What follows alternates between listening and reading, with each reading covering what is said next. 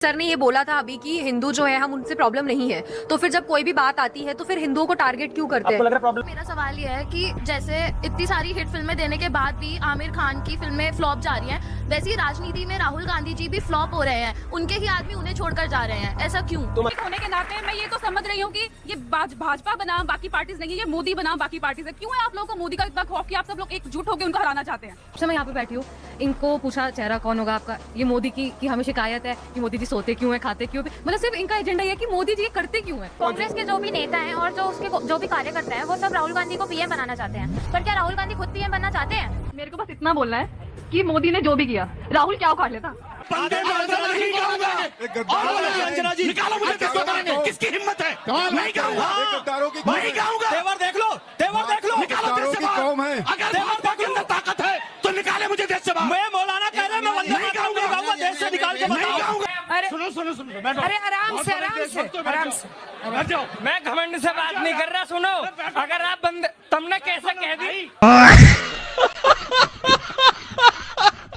दोस्तों, जैसा कि आपने देखा, आज का वीडियो बेहद ही शानदार होने वाला है, इसलिए आपसे अनुरोध है कि अंत तक जरूर देखें। और यदि आप इस चैनल पर पहली बार हैं तो चैनल को सब्सक्राइब करें ताकि ऐसे ही वीडियो आपको हमेशा देखने को मिलती रहे। वीडियो थोड़ा भी पसंद आए तो लाइक करना बिल्कुल भी ना भूलें, साथ में अपने दोस्तों को शेयर अवश्य करें। तो देर ना करते हुए वीडियो की शुरुआत करते हैं। तो हेलो दोस्तों, मैं Abhay Nagvanshi, change your luck, zero से हीरो तक में आपका स्वागत है।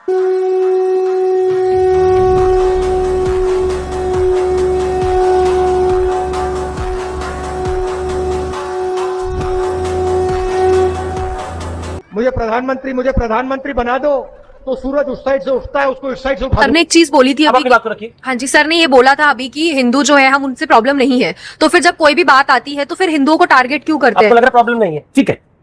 पिछले साल आपको क्या कहना क्या कहा आपने? 8 सालों में 7 सालों में जितना हिंदू खतरे जब आप प्रेम शुक्ला देंगे इसका कभी नहीं था, को भी गनर लेके घूमना पड़ा। मेरे को बड़ी दयनीय स्थिति लग रही है इस देश की। झा जी कह रहे हैं कि स्वामी जी गनर लेके चले। आप बताइए पंजाब में क्या हुआ अभी? रोम भाइयों, क्या हुआ? पंजाब में तो 8 थे, जिसको मारना था वो मार के चला गया। स्वामी जी का क्या करवाना चाहते हो भाई?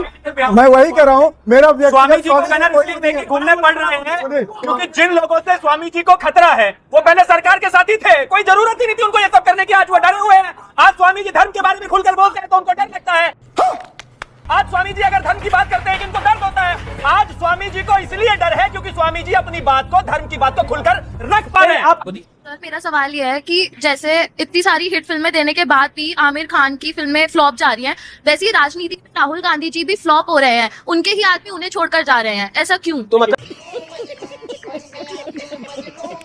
आपका कहना है कि राहुल गांधी और आमिर खान दोनों का वक्त चला गया है। देखिए, चिंता ये बेसिकली देश के युवाओं को चिंता ये कर दी युवाओं ने वो जो सबने दिखाया युवाओं के रोजगार के वो फ्लॉप कर दी प्रधान राहुल गांधी। ऐसा है, एक लाइन ऐसे थोड़ा लाइटर नोट पे, हम तो लखनऊ के रहने वाले, वहाँ एक कहावत है, हम यहाँ वो दिन लद गए जब उस्ताद लल्लू का फाख्ते उड़ाया करते थे। जी राहुल गांधी पर आपका पॉइंट?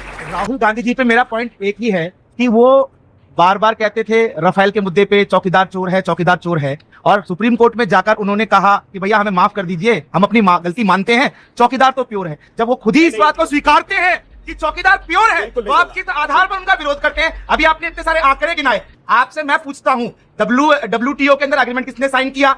आखिर किसने ऑयल बॉन्ड्स को जारी किया? तो आज इंडिया के अंदर आपको धन्यवाद नहीं करना। सॉरी। जब झूठ बोलते हैं तो आवाज भारी रखते हैं और भाजपा की तरह ये अपनी तकरीर जारी रखते हैं। देखिए 2024 पे सवाल है, अब मैं जल्दी से सवाल ले लेता हूँ। हाथ खड़ा करिए अपना सवाल लीजिए। जी मैडम, आप बोलिए क्या? तो देश की जनता बेवकूफ नहीं है, ठीक है। दूसरी बात, देश की जनता बेवकूफ नहीं है। नागरिक होने के नाते मैं ये तो समझ रही हूँ कि ये भाजपा बना बाकी पार्टीज नहीं है, ये मोदी बना बाकी पार्टीज है। क्यों है आप लोगों को मोदी का इतना खौफ कि आप सब लोग एकजुट होकर उनको हराना चाहते हैं? हमको अपने प्रधानमंत्री से अगर शिकायत है तो वो हमें करनी चाहिए। बात जो सिर्फ सत्ता के स्वार्थ की अभी की थी, उस पर मैं छोटा सा प्रकाश डाल दूं। जहां भी नरेंद्र मोदी जी जाते थे, जम्मू कश्मीर जाते थे, बोले बाप बेटी की सरकार है, इसने भ्रष्टाचार किया है, ये देश विरोधी है। जब सत्ता का समय आता है तो उसी के साथ 3 सालों तक सत्ता PDP के साथ बनाते हैं। मेरा सवाल सुधांशु जी से है कि बीजेपी पर विपक्षी दल आरोप लगाते हैं कि वो धर्म की राजनीति करते हैं, तो क्या बीजेपी को अब धर्म की राजनीति का ट्रैक बदल के धर्म की राजनीति छोड़ देनी चाहिए? आप पे आरोप लगता है ये तो क्या आप सांप्रदायिक है और आज से नहीं आदिकाल से लगा आ रहा है ये आरोप? तो जब आपको सही बात है, देश का प्रधानमंत्री ये कहे कि मुस्लिम should have first right over the national resources of India, ये सेकुलरिज्म है। ये बातें बताई नहीं जाती, नजर लग जाती है। और विरोध करिए तो सांप्रदायिकता। एक पार्टी है जिसका नाम है मजलिसे इत्तिहादुल मुसलमीन, मुसलमानों की एकता के लिए समर्पित पार्टी, वो सेकुलरिज्म का प्रतीक है।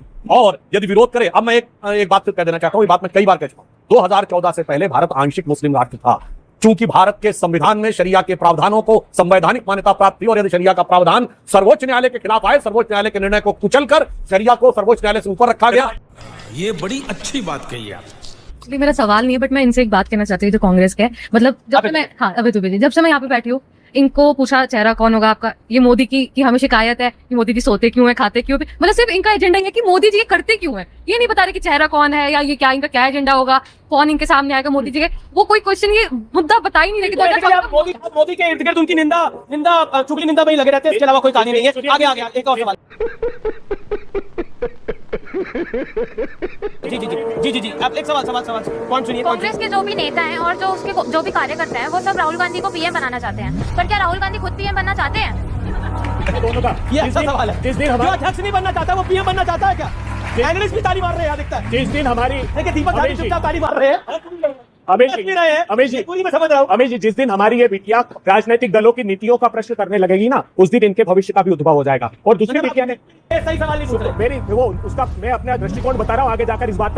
अच्छा, हमको सिखा रिया है जी, मैं आ रहा हूँ भाई, आराम से जी। मैं आपका रेगुलर शो देखता हूँ। ये अभी भाई साहब मैं अभी जस्ट आया हूँ, ये कहते टमाटर 100 रुपए हो गया, ये 500 रुपए टमाटर खरीद सकता है, इसको देखो ये 100 पर हो रहा है, इतना सेंट पैंट हो गया आया हुआ है ये। गजब बेइज्जती है। 2 दिन टमाटर मत खाओ, मर जाएंगे क्या? बहुत काम के देश के लिए मोदी ने क्या करेंगे ये 2-4 ऐसे अनपढ़ आदमी लेके आते हो आप लोग, हम लोग लेके परेशान है।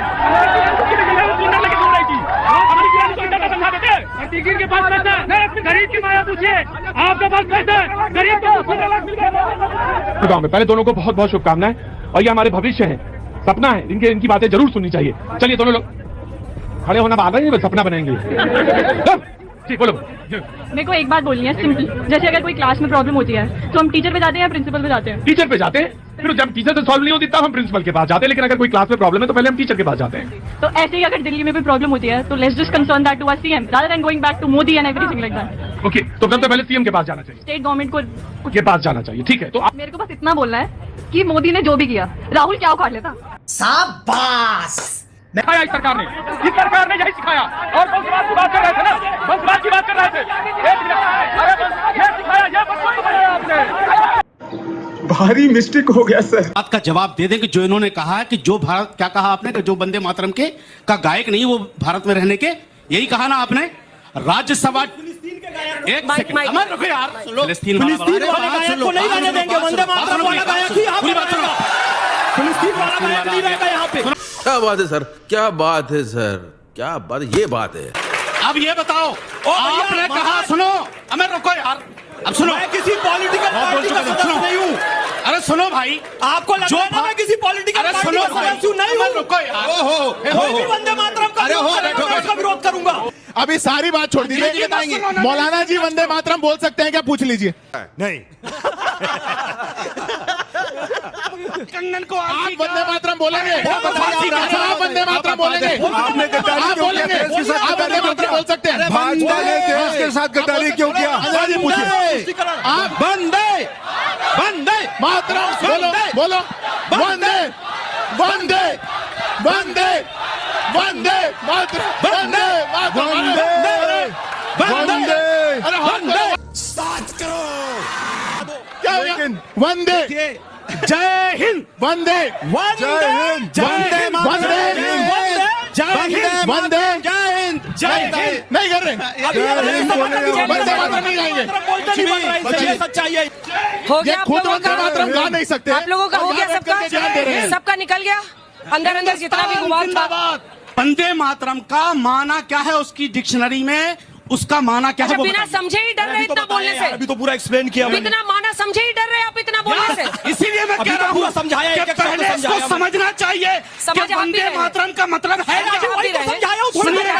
अब मैं बताता हूँ आपको वंदे मातरम का मतलब। रुक जाओ, एक एक करके। वंदे मातरम, वंदे मातरम हाँ। हमारे देश का राष्ट्रीय गीत है। नहीं, इसका मानना क्या है? संविधान इनको मजबूर करता हो या ना करता हो, अगर ये वंदे मातरम नहीं गाएंगे ये देश में रहने के लायक नहीं है। ये बड़ी अच्छी बात कही आप। अब इसकी कोई दूसरी बात नहीं है। आप सुनिए अंजना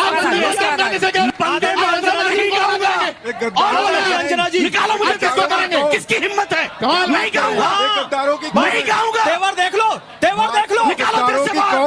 अगर तेवर के अंदर ताकत है तो निकाले मुझे देश से बाहर। मैं मौलाना कह रहे हैं, मैं वंदे मातरम नहीं गाऊंगा, देश से निकाल के नहीं गाऊंगा। भारत का फिर से विभाजन करना चाहते हैं लोग, बोलूंगा जो कि 1947 में किया। वंदे मातरम नहीं गाऊंगा, भारत माता की जय नहीं गाऊंगा, गौ माता का सम्मान नहीं करूंगा, हिंदुओं के साथ नहीं गाऊंगा, देश अलग कर दो। एक काम कर दो, नहीं गाऊंगा। अरे सुनो, भारत के संविधान में लिखा है वंदे मातरम गाना, भारतीय संविधान अनुच्छेद 51 का बिंदु ख में स्पष्ट लिखा है कि देश के स्वतंत्रता आंदोलन को प्रेरित करने वाले तत्वों को आपको सम्मान करना है। और बोलिए सर, आपका सवाल लूंगी, हाथ उठाइएगा। आंदोलन में वंदे मातरम गाया गया, वंदे मातरम कहा गया, तुष्टीकरण करना था, जो तुष्टीकरण जिस वर्ग का करना था उन लोगों ने पाकिस्तान ले लिया। मैं नहीं बताऊंगा। उसके बाद भी यहाँ क्यों तुष्टीकरण कर रहे हो? अच्छा, पूरा वंदे मातरम गाने क्यों नहीं दे रहे हो? उसमें काट छाट क्यों कर रहे हो? इस प्रश्न का उत्तर आपको देना होगा।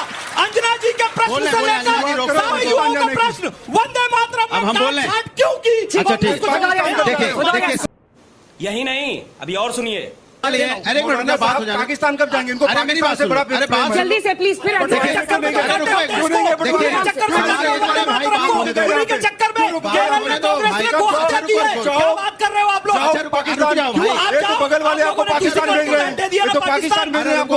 जा नहीं रहे आप, और कह रहे हो कि मैं बोलूं चक्कर में नहीं आएगा। नेहरू जी की है। रहमतुल्लाह सयानी वाला जो था ना 1896 में, पूरा आपको चाहिए वंदे मातरम। बंकिम चंद्र चट्टोपाध्याय वाला पूरा आपको चाहिए। भेजेंगे तुम्हारे पड़ोस में जो खड़े हैं। देखिए सवाल इस बात का है कि किसी ने यहाँ पे पाकिस्तान का नाम नहीं लिया। किसी ने पाकिस्तान का नाम लिया है तो उसने लिया है। हाँ, क्यों लिया है? सुनिए, क्योंकि तुम लोगों ने बीच में नहीं बोला। रुको भाई, और मैं बोलूंगा। रुको, नहीं अंजना जी चुप कराइए, मैं इनसे ज्यादा बोल सकता हूँ। क्या बात हुई? अरे चुप रहो भाई, नाटक मत करो, चुप हो जाओ, मैं आपके बीच में नहीं बोला। अच्छा नाटक मत करो, चुप रहो ना। अरे अंजना जी चुप कराइए। क्या बढ़िया था गुरु। अरे चुप रहो ना, ठीक है, मैं आपके बीच। अरे चुप रहो, ये वो लोग हैं जब तक पाकिस्तान का। अरे चुप कराइए, क्या अंजना जी किस लोगों को बुलाते हो आप? जाहिल हो क्या? मैं आपके पीछे बोला नहीं, बेकार बात कर रहे हैं। अरे चुप रहो भाई, मैं आपके पीछे बोला नहीं, हल्ला मचा रहे हो। ये अरे चुप रहो ना भाई, जाहिल बना मत करो भाई। देखिए ये वो लोग हैं वंदे मातरम जो बार बार इसको देखिए ये वो लोग हैं जानबूझ के सबने यहाँ पे बोला वंदे मातरम, आपने भी बोला, हमने भी बोला, इन्होंने बोला, सबने बोला। एक मिनट, सबने बोला वंदे मातरम। झूठ बोल रहा है। एक मिनट रुको ना, मेरी बात होने दीजिए, मेरी पूरी बात होने दो। अरे पूरी बात होने दो, उनके लिए सोच लो। वंदे मातरम सुनिए, मेरी बात सुनो ना। अरे बात होने, आप बताइए ये कैसी डिबेट है? बात होने दो भाई, वंदे मातरम मेरी, अरे बात होने दो। अरे मेरी बात सुनने दो, पूरी बात। अरे बात सुनो ना भाई, अरे मेरे बेटे सुन लो, सुनो। अब सवाल ये है कि वंदे मातरम, अरे रुको, बात ऐसे अंजना जी कैसे बात होगी? ये तो गलत बात है। ठीक है, फैज खान साहब, अब हो गया। लेकिन फैज साहब आपसे हाथ जोड़ के गुजारिश है, बिल्कुल आप बेशक देशभक्त हैं, इसमें कोई शक नहीं। कहाँ देशभक्त? लड़ाई लड़ा रहे हैं बीच में। देशभक्ति पर आपकी कोई शक नहीं, लेकिन खुदा के वास्ते इस मुल्क के लोगों को अपनी छोटी सी टीआरपी के लिए मत भड़काइए लोगों को, खुदा के वास्ते। मैं नहीं चाहता हमारे हिंदू मुस्लिम भाइयों में इसके बाद मौका दूंगी, रुक जाइए, लेकिन कंप्लीट। मैं नहीं चाहता। और आपसे मैं रिक्वेस्ट कर रही हूँ, can you address the audience and me? क्या है, आप उनसे सड़क पे थोड़ी खड़े हैं, चैनल में चेहरा दिखाने के लिए कर रहे हैं। अपने मुल्क का हमारा इन लोगों ने, और अभी तक यही सब बात कर रहे हैं। हम टीआरपी अरे क्या कर रहे हैं? क्या ये वंदे मातरम बिल्कुल टीआरपी के लिए कर रहे हो? नहीं बोले, बिल्कुल मैं कह रहा हूँ, हमारी पार्टी जो है, हमारे सबने, इन्होंने भी बोला, उन्होंने भी बोला, और इनकी पार्टी के इन दोनों लोगों ने बोला वंदे मातरम। इन्होंने क्यों नहीं बोला? अच्छा अब सुन लो ना, अब हो गया। अच्छा अब हो गया ना, अब बात पूरी होने दो। जगह पे जाइए, जगह पे जाइए। बात, अरे चुप कराइए ऐसे। अब हो गया, चुप हो जाओ, बैठ जाओ। अरे बच्चे बैठो आराम से, देखिए आराम से, ठंडा। अरे सवाल पूछा भाई, क्या डिबेट? जब हमारे पुरखा युद्ध लड़ने जाते थे, हमारे जितने भी बड़े बुजुर्ग हैं, वो जय भवानी, जय वंदे मातरम सब बोल के जाते थे। इनका क्या बोलते के जाते? अच्छा एक मिनट हो गया, एक मिनट, मजा आया। अंजना जी ये तो अन्याय है ना, अगर हम लोग बोलने को खड़े हुए हैं, बोलने नहीं देंगे, उनको बुला लिया बोलेंगे। अंजना जी ये तो गलत बात है, हम लोग अंजना जी देखिए गलत बात है, ये गलत बात अन्याय है। अब उनको भदौरिया जी को बोलिए। एक बात, अरे भदौरिया जी को बोलिए। एक बात आपको बता दूं, आप मोहब्बत से बात करो, घमंड से नहीं। एक मिनट सुनो, सुनो बैठो। अरे आराम से बैठ जाओ। मैं घमंड से बात नहीं कर रहा, सुनो। अगर आप तुमने कैसे कह दी,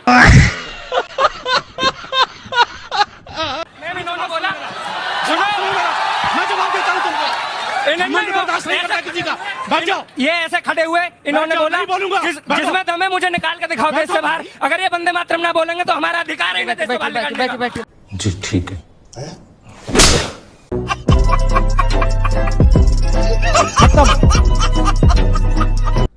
bye bye, tata, goodbye. दोस्तों तो कैसी लगी आज की वीडियो हमें कमेंट बॉक्स में रिप्लाई करना बिल्कुल भी ना भूले। वीडियो अंत तक देखा तो उम्मीद करता हूँ कि पसंद तो जरूर आई होगी, इसलिए लाइक करें और अपने दोस्तों के साथ शेयर करना बिल्कुल भी ना भूले। और आप हमारे चैनल पर कहाँ से जुड़े हैं हमें कमेंट बॉक्स में ज़रूर बताएं। तो मिलते हैं आने वाले नए वीडियो के साथ, तब तक के लिए जय हिंद, जय भारत, वंदे मातरम।